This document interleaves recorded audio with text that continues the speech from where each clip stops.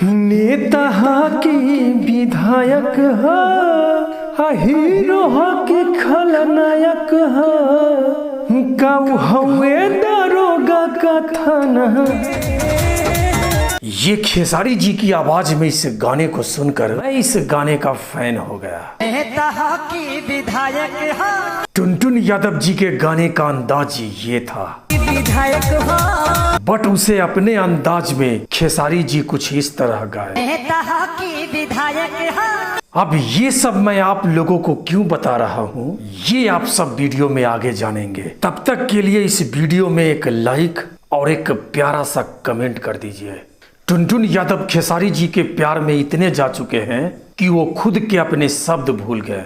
जिस अंदाज में उन्होंने उस गाने को गाया था, आज के डेट में उस अंदाज में नहीं गा रहे। अब इनका गाने का अंदाज बदल चुका है। इस गाने के मामले में नेता की विधायक हा, ये उसी टोन पे गा रहे हैं जिस टोन पे खेसारी लाल यादव जी पिछले स्टेज प्रोग्राम में गाए थे। नेता की विधायक हा, और वाकई में ये टोन बहुत अच्छा है, बहुत बेहतरीन है। गाना भले टुनटुन यादव जी का है, बट खेसारी जी इसे अपने अंदाज में गाए तो इस अंदाज को अपना लिए टुनटुन यादव जी, और उसी अंदाज में इस स्टेज प्रोग्राम में गा रहे हैं। नेता की विधायक हा, ये है बड़े भाई के लिए छोटे भाई का प्यार। भाई एक बात तो मैं जरूर कहना चाहूंगा, नजर ना लगे किसी की इन दोनों भाइयों को। भोजपुरी में आदर्श हम बड़े भैया खेसारी लाल यादव जी को मानते हैं।